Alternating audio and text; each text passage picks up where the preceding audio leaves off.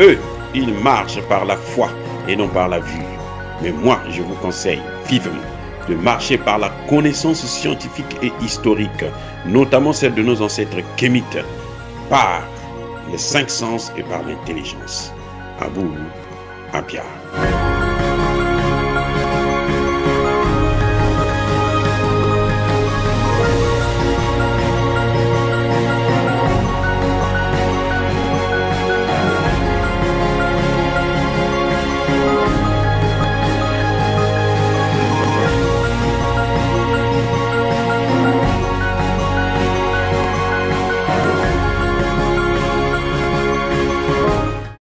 Hotep à tous, bienvenue sur la chaîne des panafricanistes par essence, par conviction et par excellence.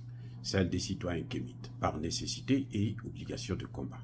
Nous sommes une chaîne qui n'est guidée que par nos ancêtres et rien que par les ancêtres qui appartiennent à l'égrégore du monde noir.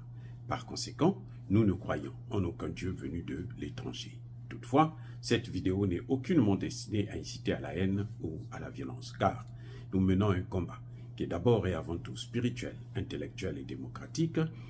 Ensuite, il est politique, géopolitique et géostratégique, contre l'impérialisme, le colonialisme, le néocolonialisme et l'endo-colonna, qui sont tous qualifiés de crimes contre l'humanité. Nous menons ce combat sur la base du principe fondamental que nous avons hérité de nos ancêtres kémites, qui est celui de la Mahat, c'est-à-dire solidarité, vérité et justice.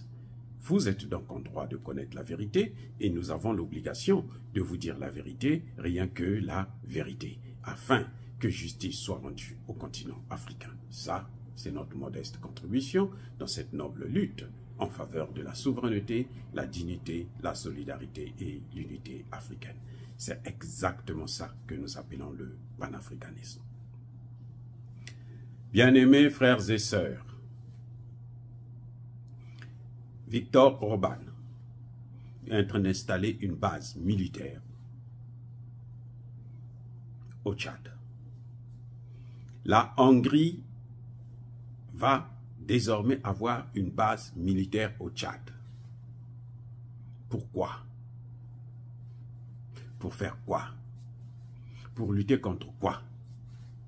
Pour lutter contre la rébellion? Pour lutter contre le terrorisme? Est-ce qu'il y a le terrorisme au Tchad? Au Tchad, c'est une rébellion, c'est pas comme dans le Sahel où il y a le terrorisme. Encore que le Sahel, le terrorisme vient des Occidentaux. Ce sont eux qui ont amené le terrorisme là.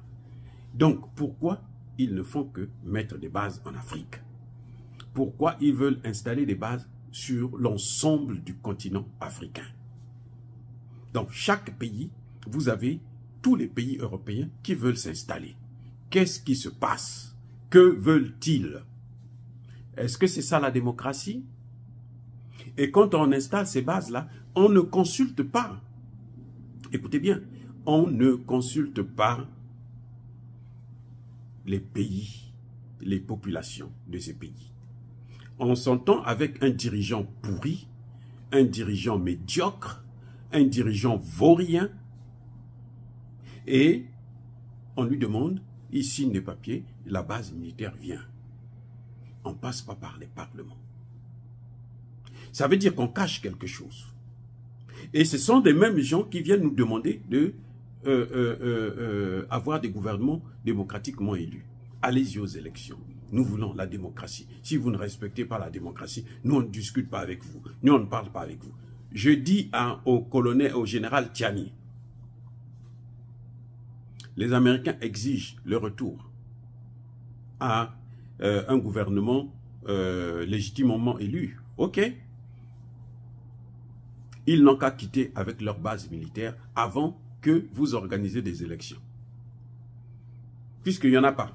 Et vous ne pouvez pas vivre en fonction d'eux, de leurs desiderata, de leur volonté, de ce qu'eux, ils nous demandent. Ils ne sont pas contents, ils n'ont qu'à partir. Nous sommes habitués, nous sommes prêts. On nous a tellement fait souffrir, l'esclavage, la colonisation, le néocolonialisme et maintenant la recolonisation. Nous subissons tellement que maintenant, là, on a des corps qui sont anti-douleur. Tout ce qui nous font là, ça ne peut plus nous faire mal. Un cabri mort n'a plus peur du couteau. Alors, maintenant, revenons à Viktor Orban. Viktor Orban, c'est lui qui est en train de bloquer l'entrée de l'Ukraine dans l'Union européenne. Parce que la facture, c'est pas donné. Je vous ai donné les prix la dernière fois. Ça doit coûter l'accession à l'Ukraine dans l'Union européenne, doit coûter à l'Union européenne près de 190 milliards d'euros. 190 milliards. Qui va payer ça?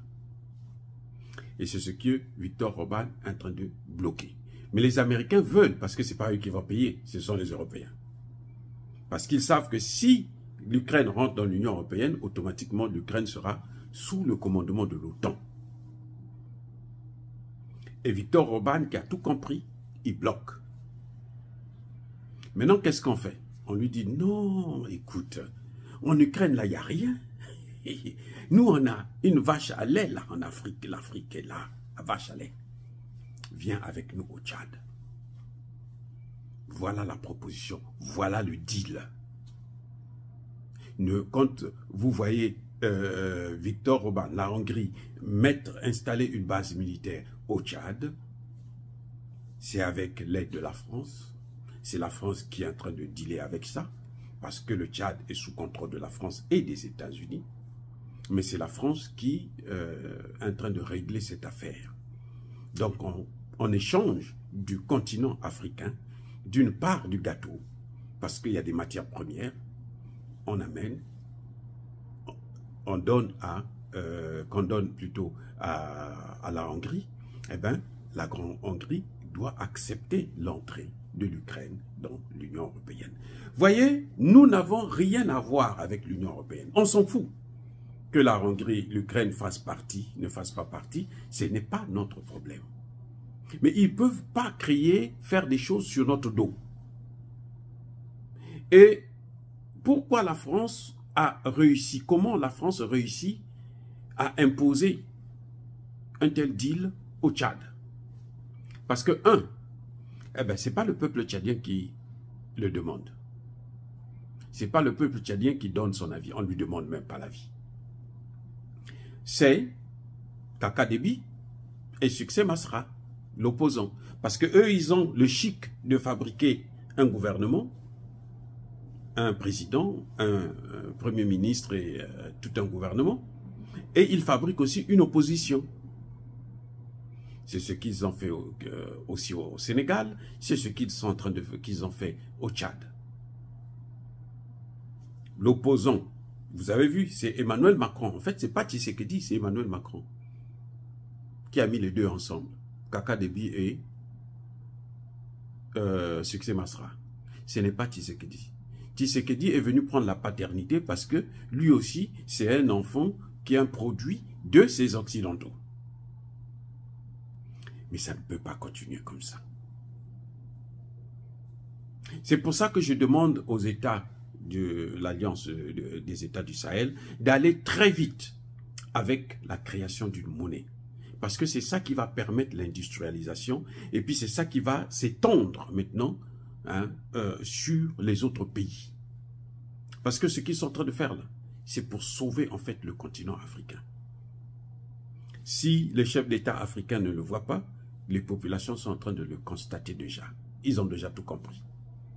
Y compris au Tchad. Parce que la population tchadienne préfère dealer avec la Russie que de dealer avec les Français, les Américains, les Hongrois et autres. Mais on leur impose cela. Et c'est le succès, je dis bien le succès de l'AES qui va sauver, libérer ces gens, qui va ouvrir les yeux aux gens pour que ces gens-là comprennent que mais on peut travailler, on peut faire mieux sans eux. Et donc, allons-y. Dire cela, c'est inciter à la haine ou à la violence. Non, ce n'est pas normal que les problèmes européens puissent se résoudre par le sacrifice des matières premières africaines. La diplomatie ne se résume pas, ne se fait pas avec des armes à la main. La diplomatie se résume par la négociation, par la paix, la coopération. Et la diplomatie des Occidentaux Et ce qu'ils appellent, eux, la démocratie, ce n'est que la violence, comme on le voit en Libye, comme on l'a vu au Tchad, et plutôt en Irak, on l'a vu en Afghanistan. C'est ça ce qu'ils appellent, eux, la démocratie. Ils prennent le contrôle de vos pays, ils vous dominent, ils vous pillent, ils détruisent, ils vous instaurent une instabilité, un chaos généralisé, et puis ils s'en vont. Vous vous débrouillez avec ça. Pendant 10 ans, 20 ans, vous êtes en train de vous battre, eux, ils sont en train de piller les matières premières, et le pays est complètement délabré. Et c'est pour ça qu'on voit les enfants africains fuir le continent. Bien-aimés frères et sœurs, soyez bénis, abondamment bénis, par le Dieu des Kémites et par nos ancêtres angélisés. Mais que tous ceux qui persécutent le continent africain le pillent et le déstabilisent, qu'ils soient noirs, blancs, chinois, arabes, juifs, indiens ou qui qu'ils soient punis, maudits, foudroyés, neutralisés, écrasés, effacés par ce Dieu des Kémites et par nos ancêtres angélisés. Vive l'Afrique éternelle, j'ai dit et j'assume.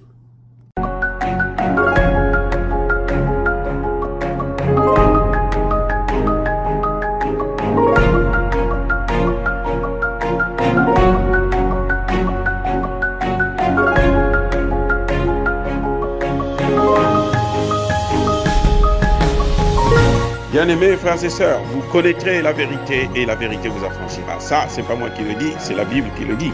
Mais moi, je vous dis mieux. Vous connaîtrez la vérité historique, notamment celle de vos ancêtres kémites, et vous aurez une vision globale de ce que c'est que la vraie souveraineté politique. J'ajoute, vous reviendrez à la spiritualité africaine ancestrale et vous comprendrez les enjeux de l'indépendance économique. Et pour terminer, vous accepterez votre identité culturelle kémite et vous obtiendrez 2 choses. La première, c'est la paix. La seconde, c'est le développement, à une condition. L'unité de toute l'Afrique noire, l'unité de tous les Noirs du monde entier.